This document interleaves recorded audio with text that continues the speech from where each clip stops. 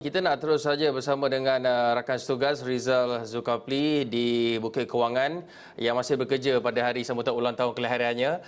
Dan Rizal akan berbincang ataupun melakukan perbincangan mengenai pasca pengumuman Bank Negara Malaysia berhubung langkah pengawalan dan penyeliaan untuk usaha institusi perbankan ini membantu individu, PKS dan juga syarikat korporat menangani kesan COVID-19. Rizal, teruskan dengan perbincangan tu. Terima kasih Hakim Rahman. Kita berkhidmat untuk negara. Bank Negara Malaysia pada 25 Mac lepas umumkan langkah pengawalan dan penyeliaan untuk menyokong usaha institusi perbankan membantu individu PKS dan syarikat korporat menangani kesan COVID-19. Dan pagi ini kita akan lihat kepada strategi Persatuan Institusi Kewangan Pembangunan Malaysia ADFIM kepada bagaimana ini akan dilaksanakan dengan baik dan pantas. ADFIM dianggotai oleh 5 institusi kewangan pembangunan seperti Bank Pembangunan Malaysia, Bank Rakyat dan SME Bank serta 12 agensi pembangunan usahawan seperti MARA, MIDF dan sebagainya. Namun mari kita lihat kembali kepada pengumuman utama yang dibuat pada 25 Mac lepas oleh Bank Negara Malaysia. Pengumuman itu merangkumi langkah utama termasuk penangguhan dan penstrukturan semula kemudahan pinjaman atau pembiayaan. Institusi perbankan menangguhkan semua pembayaran balik pinjaman atau pembiayaan kepada individu dan PKS untuk tempoh 6 bulan berkuat kuasa pada 1 April 2020. Bagi kemudahan kad kredit, institusi perbankan menawarkan penukaran baki terkumpul kepada pinjaman bertempoh 3 tahun dengan kadar faedah yang lebih rendah. Dan terkini, pelbagai bank di Malaysia mengumumkan langkah untuk tidak mengenakan faedah terkumpul dan kadar keuntungan atas pinjaman dan pembiayaan mereka. Menurut kenyataan bank, ini antara lain ia untuk mengurangkan beban kewangan ke atas individu dan PKS. Institusi pembangunan usahawan yang menjadi ahli ADFIM juga menawarkan penangguhan pembayaran pinjaman di samping subsidi sewaan dan penstrukturan serta penjadualan semula pembiayaan. Menerusi pakej rancangan ekonomi prihatin yang diumumkan Perdana Menteri Tan Sri Muhyiddin Yassin, pelbagai perincian dan bantuan turut diumumkan.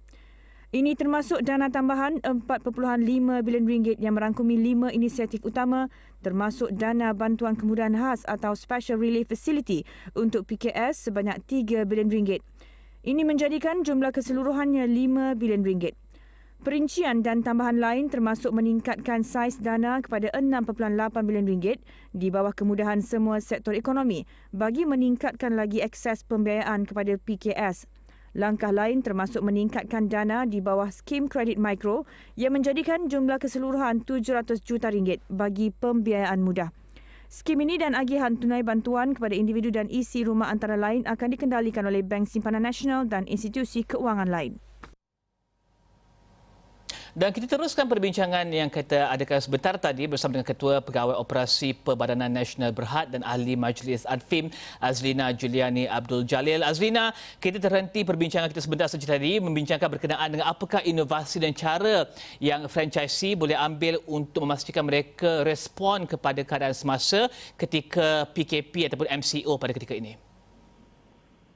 Kami mengharapkan franchisee dapat membuat peralihan kepada transaksi urus niaga di atas talian serta ke arah transaksi tanpa tunai sedemikian memenuhi keperluan dan kehendak pasaran pada semasa ya.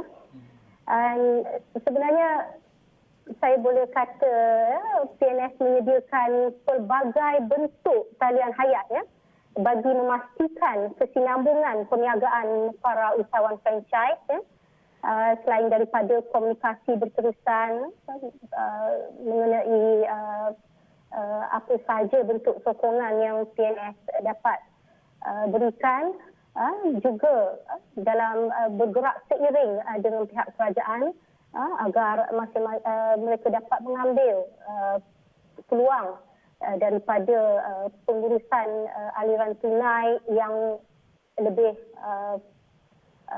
baik dengan pengecualian pengecualian penangguhan pembayaran KWSP dan sebagainya ya. Jadi adalah diharapkan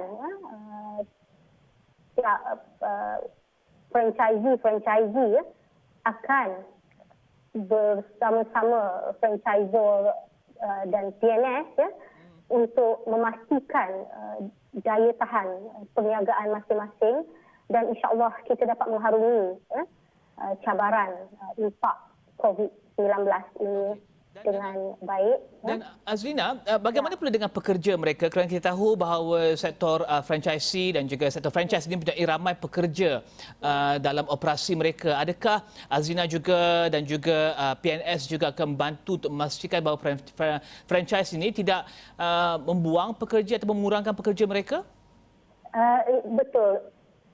Kami sememangnya menyediakan dana pembiayaan tambahan agar mereka mampu bertahan dan tidak melibatkan pembuangan pekerja-pekerja.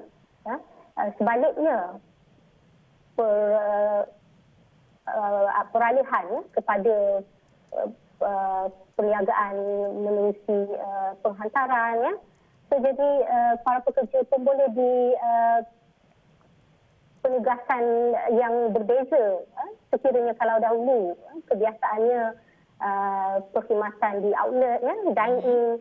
Jadi sekarang memerlukan peralihan, peralihan kepada penghantaran di sebalik dine-in punya perkhidmatan. Jadi keperluan bertindak balas dengan pantas dan tepat adalah sesuatu yang amat penting. It's all that matters now dalam peralihannya. Like it or not, I think even without COVID-19, digital ekonomi digital sememangnya menuntut peralihan ke arah perniagaan di atas talian dan tanpa tunai. Kemungkinan COVID-19 ini menjadi katalis, menjadi pemacu penggerak kepada pergerakan yang lebih pantas ke arah ekonomi digital.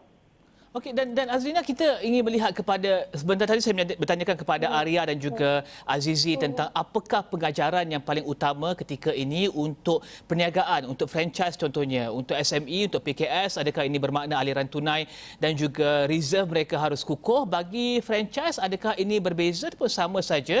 Kerana kita lihat franchise adalah sebuah operasi dengan ada bantuan daripada franchisor. Bagaimana pula dengan franchise? Apakah lessons ataupun pengajaran yang paling utama kita boleh pelajari dan juga persiapkan diri untuk apa-apa di masa hadapan? Okey. Betapa perlunya kekuatan sesuatu model perniagaan. The strength of business model. Kalau kita tengok jenama-jenama antarabangsa, yang mana they are staying strong, kekuatan dalam mengharungi apa bentuk turbulence, they can weather this turbulence because of their fast reaction to the new economic landscape, new business landscape. Jadi sememangnya kami mengambil tanggungjawab bersama dalam industri untuk memantapkan model-model perniagaan yang sedia ada di pasaran. Di samping kami juga sedang giat mencari potensi model-model perniagaan lain yang berpotensi yang boleh dibangunkan ke arah sistem franchise. Yang mana sistem franchise adalah very sangat lokasi, location based, berorientasikan lokasi. Yang mana kami sedang mengenal pasti mana-mana produk ataupun model perniagaan yang diperlukan di setiap lokasi dalam tempoh pergerakan terkawal ini. Bagi kami sekiranya model perniagaan tersebut diperlukan pada saat yang amat mencabar ini, pada saat genting ini, that particular business model would fit into franchise industry. Okey, terima kasih. In terms of sustainability, Okey, terima kasih Ketua Pegawai Operasi Perbadanan Nasional Berhad dan juga Ahli Majlis Adfim Azlina Juliani Abdul Jalil membincangkan berkenaan dengan bagaimanakah franchise ataupun sektor franchise negara boleh berhadapan dan juga bersedia untuk berhadapan dengan tempoh PKP serta jika apa yang berlaku mungkin berlaku lagi di masa depan, bagaimanakah mereka boleh berhadapan dengan situasi tersebut.